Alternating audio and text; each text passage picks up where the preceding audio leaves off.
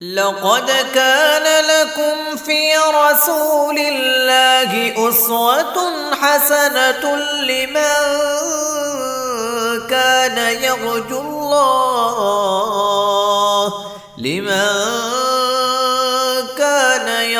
الله واليوم الآخر وذكر الله كثيرا نحمده ونصلی علی رسولہ الکریم اما بعد۔ صحیح البخاری کتاب الوضو باب نمبر 50 باب من لم یتوضأ من لحم الشاة والسویق۔ باب ہے جو آدمی بکری کا گوشت اور ستو پینے کے بعد وضو کرنے کا قائل نہیں ہے، جن کا یہ نظریہ ہے کہ بکری کا گوشت کھانے اور ستو کھانے یا پینے کے بعد وضو نہیں، اس کا بیان۔ لحم الشاة، بکری کے گوشت کی قید اس لیے لگائی کہ اونٹ کے گوشت کے بارے میں اختلاف ہے کہ اونٹ کا گوشت کھانے کے بعد وضو ٹوٹتا ہے یا نہیں، جس کی وضاحت بعد میں ہم اسی ضمن میں کریں گے۔ اس لیے امام بخاری رحمہ اللہ نے لحم الشاة بکری کے گوشت کا تذکرہ کیا ہے۔ وَأَكَلَ أَبُو بَكْرٍ وَعُمَرُ وَعُثْمَانُ رضی اللہ عنہم لحما فلم يتوضؤوا۔ مصنفہ ابن ابی شیبہ جلد 1 صفحہ 88 پر یہ اقوال ہیں۔ یہ 3 صحابہ کے آثار موجود ہیں کہ سیدنا ابو بکر، عمر اور عثمان رضی اللہ عنہم انہوں نے گوشت تناول فرمایا اور وضو نہ کیا۔ ثابت ہوا کہ گوشت کھانے کے بعد وضو کرنا کوئی لازم نہیں ہے، اپنی خوشی سے کوئی کرے، صفائی وغیرہ کے لیے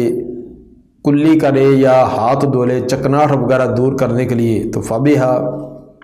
ورنہ شرعی طور پر اس کو وضو کرنے کی ضرورت نہیں ہے۔ حدیث نمبر 207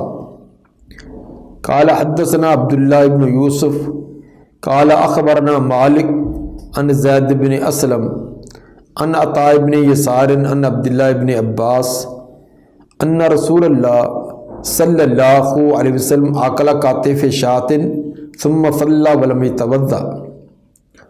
ابن عباس رضی اللہ عنہ فرماتے ہیں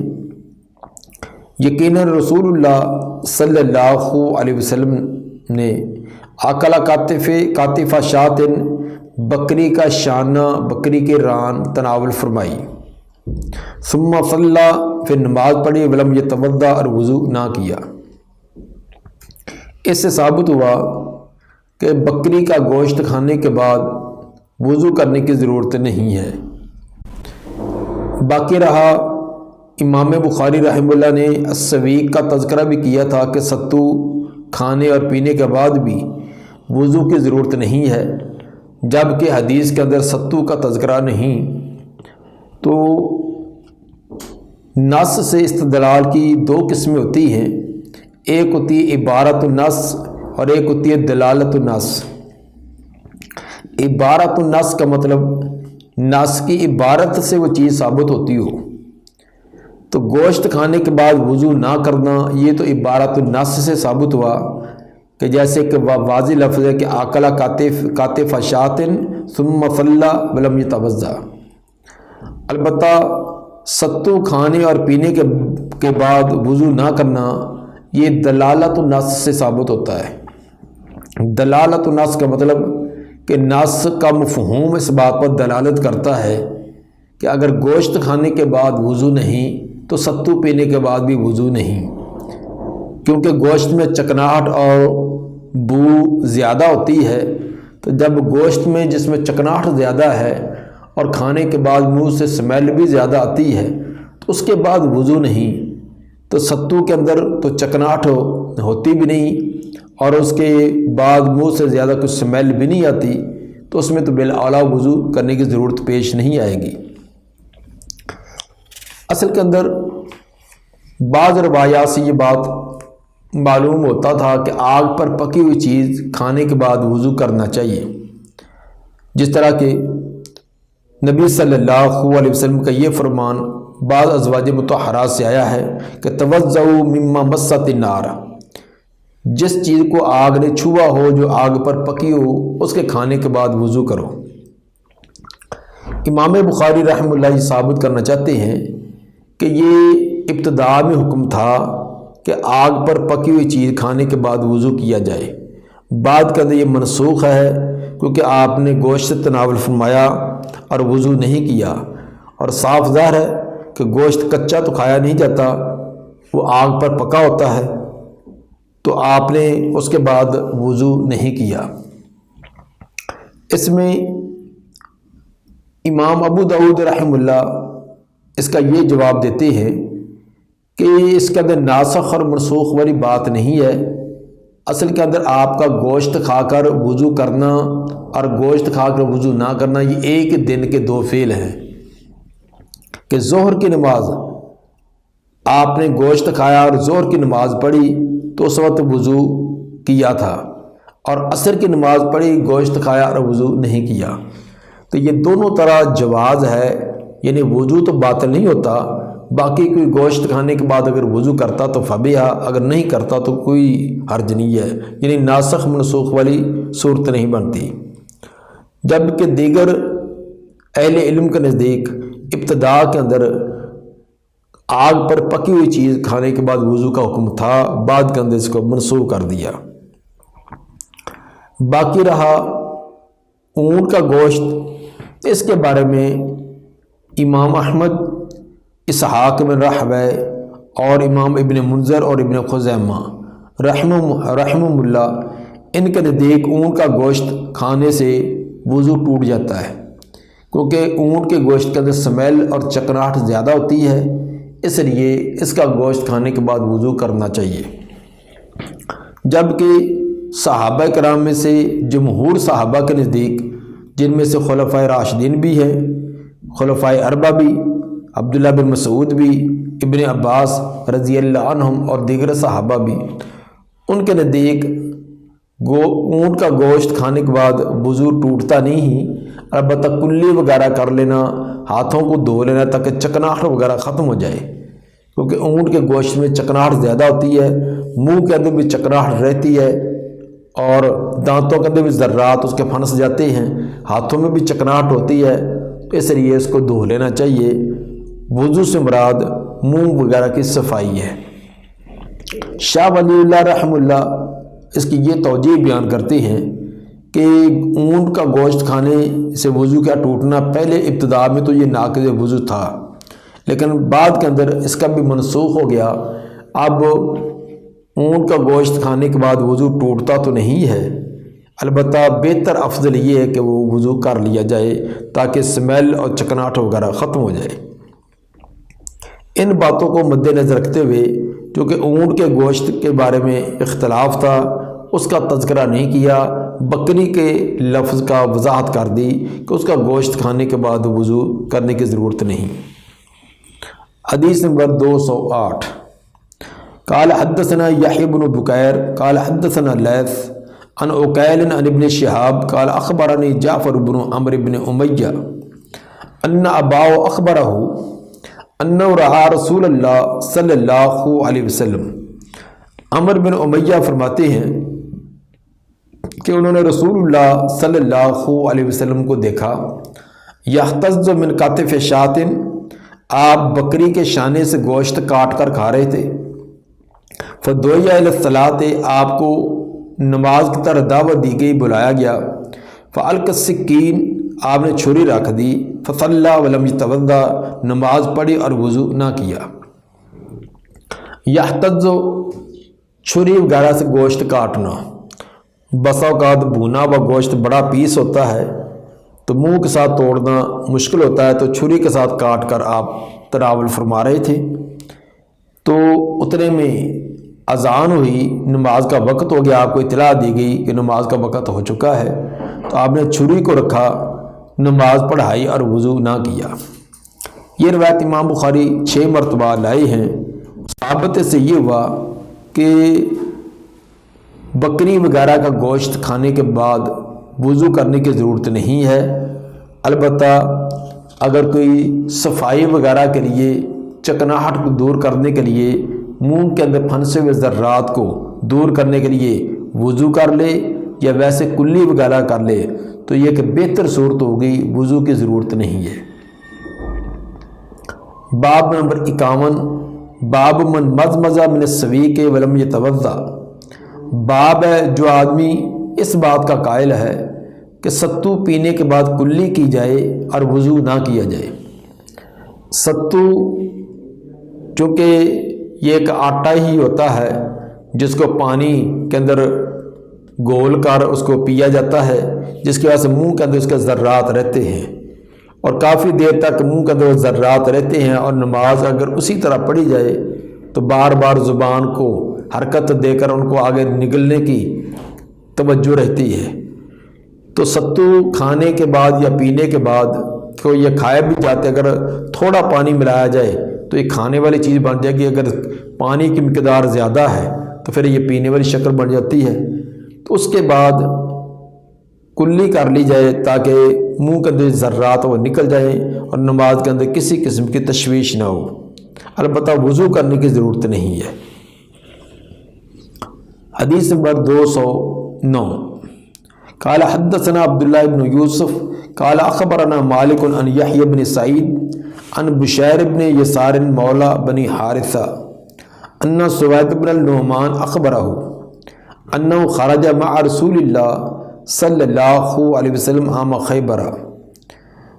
وہ رسول اللہ صلی اللہ علیہ وسلم کے ساتھ خیبر والے سال نکلے، حتی اذا کان بصحبا، یہاں تک جب وہ صحبا جگہ پر پہنچے،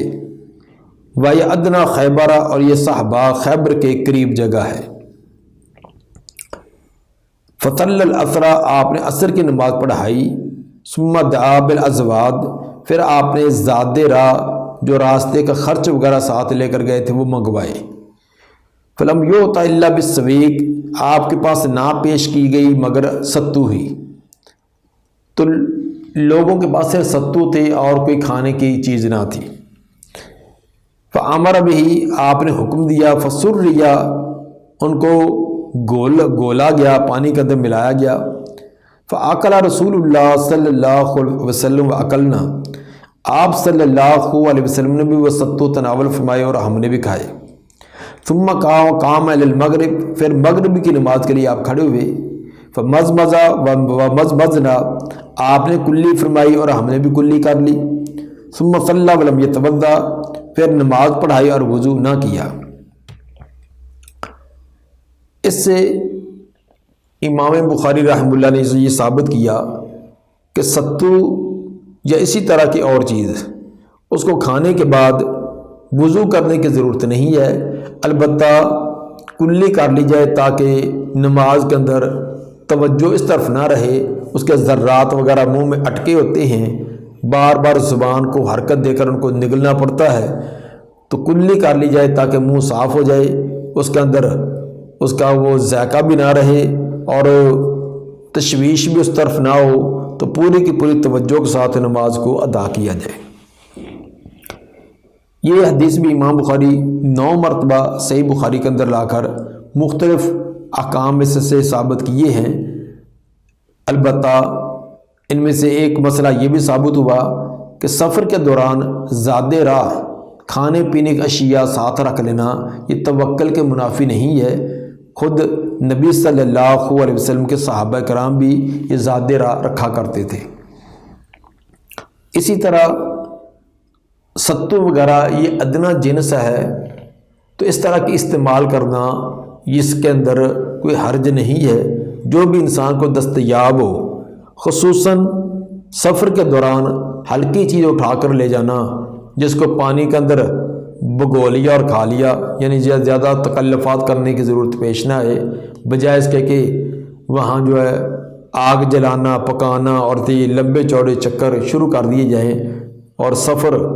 کا جو مقصود ہے کہ اصل منزل تک پہنچنا اور واپس آنا، اس کے اندر تاخیر ہو جائے، تو اس کے اندر مختصر سا زاد راہ ساتھ رکھنا چاہیے۔ حدیث نمبر 210، حدثنا اسبغ قال اخبرنا ابن وهب قال اخبرني عمرو عن بكير عن قريب عن میمونہ ان النبی صلی اللہ علیہ وسلم اکل عند کاتفا ثم صلى ولم يتوضا۔ حضرت میمونہ رضی اللہ تعالی عنہ فرماتی ہیں کہ نبی صلی اللہ علیہ وسلم نے ان کے پاس شانہ بکری کے ران کو تناول فرمایا، ثم صلی ولم یتوضا، پھر آپ نے نماز پڑھی اور وضو نہ فرمایا۔ اس کے اندر بکری کا گوشت کھانے کا تذکرہ کیا، اگرچہ بظاہر باب کے ساتھ مناسبت تو نہیں بنتی، کیونکہ باب تو تھا کہ ستو کھانے کے بعد کلی کرنا اور وضو نہ کرنا، لیکن یہاں گوشت کا تذکرہ ہے۔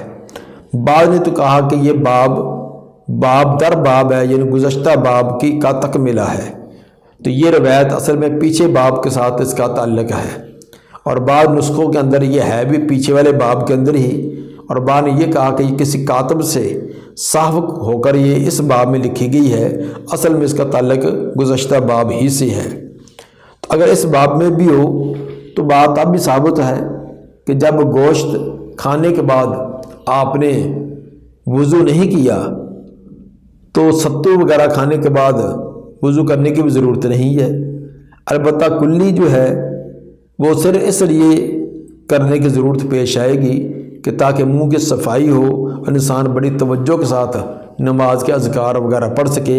اگر کلی نہیں کرتا، ستو کھانے کے بعد، گوشت کھانے کے بعد،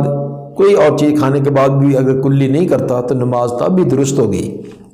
یہ کلی صرف اس لیے ہے تاکہ نماز کے اندر پوری توجہ رہے، خشوع اور خضوع رہے۔ باب نمبر 52، باب حل یمزمز من اللبن، باب ہے کیا دودھ پینے کے بعد کلی کی جائے؟ اللبن دودھ مراد ہے۔ دودھ پینے کے بعد کلی کرنا، چونکہ دودھ کے اندر ایک چکناہٹ ہوتی ہے اور اس کے بعد منہ سے میں ایک سمیل سی آتی ہے، خصوصاً کچا دودھ ہو، جس طرح کہ عرب لوگ عام طور پر استعمال کرتے تھے، تو منہ کے اندر ایک چکناہٹ بھی پیدا ہو جاتی ہے، جس کی وجہ سے اذکار پڑھنے کے اندر کچھ دقت ہوتی ہے، اور پھر منہ کے اندر کچھ بو اور سمیل آنی شروع ہو جاتی ہے، جبکہ منہ صاف ستھرا کر کے اللہ کی عبادت کے لیے کھڑا ہونا چاہیے۔ تو اس لیے دودھ پینے کے بعد بہتر افضل یہ ہے کہ کلی کر لی جائے۔ البتہ اگر کلی نہ کی جائے تو نماز باطل نہیں ہے، نماز درست ہوگی، البتہ بہتر افضل یہ ایک صاف ستھری کیفیت بنانی چاہیے۔ منہ کے اندر مسواک کی بھی اسی لیے تاکید ہے کہ زبان سے اللہ سے ہم کلام ہونا ہے، اذکار کرنے ہیں، تو منہ کے اندر صفائی ہو، کوئی سمیل نہ ہو، کوئی بو وغیرہ نہ آئے۔ حدیث نمبر 211، قال حدثنا یحیی بن بکیر وقتیبہ قال حدثنا لیث عن عقیل عن ابن شہاب عن عبید اللہ ابن عبداللہ ابن عتبہ عن ابن عباس ان رسول اللہ صلی اللہ علیہ وسلم شارب لبنا فمزمز وقال ان له دسما۔ ابن عباس رضی اللہ عنہ فرماتے ہیں کہ رسول مقبول صلی اللہ علیہ وسلم نے دودھ تناول کیا، دودھ پیا، فمزمز پھر کلی کی، وقال ان له دسما، اور وجہ اور علت یہ بیان کی کہ بے شک اس کے اندر چکناہٹ ہوتی ہے، دودھ کے اندر چکناہٹ ہوتی ہے، جیسے اس چکناہٹ کو دور کرنے کے لیے آپ نے فرمایا کہ میں نے کلی کی ہے۔ یہ روایت امام بخاری کے علاوہ امام مسلم بھی لائے ہیں، امام بخاری اس کو 2 مرتبہ لائے ہیں، اور اسی طرح امام ابو داؤد، امام نسائی اور ترمذی اور باقیوں نے بھی اس کو بیان کیا ہے۔ تو اس سے ثابت یہ ہوا کہ دودھ پینے کے بعد دودھ گرم ہے، گرم کیا ہوا، گرم نہیں کیا ہوا، خواہ اس کے اندر کوئی چیز ملائی ہو، جیسے کہ چائے وغیرہ آج کل ہم بناتے ہیں، تو اس کے اندر منہ کے اندر ایک سمیل ضرور باقی رہتی ہے۔ تو یہ آپ تجربہ اور مشاہدہ بھی کر سکتے ہیں، دودھ پینے کے بعد منہ کا ذائقہ کیسا رہتا ہے، اور دوسرے کے سامنے بات کریں گے تو وہ ضرور محسوس کرے گا۔ اسی طرح چھوٹے بچے جو ہیں دودھ پیتے ہیں تو ان کے منہ سے بھی ایک سمیل سے آتی ہے، لیکن وہ بچوں کی کیفیت اتنی بو والی نہیں ہوتی، تو بڑوں کے منہ سے جلدی یہ عفونت ظاہر ہونی شروع ہو جاتی ہے۔ اس لیے افضل اور بہتر طریقہ یہ ہے کہ منہ کو صاف ستھرا کر کے پھر عبادت اور بندگی کے لیے کھڑا ہونا چاہیے۔ دعا ہے کہ اللہ تعالیٰ نبی صلی اللہ علیہ وسلم کے فرامین پر عمل کرنے کی توفیق عطا فرمائے۔ سبحان ربک رب العزت عما یصفون والسلام علی المرسلین والحمد للہ رب العالمین۔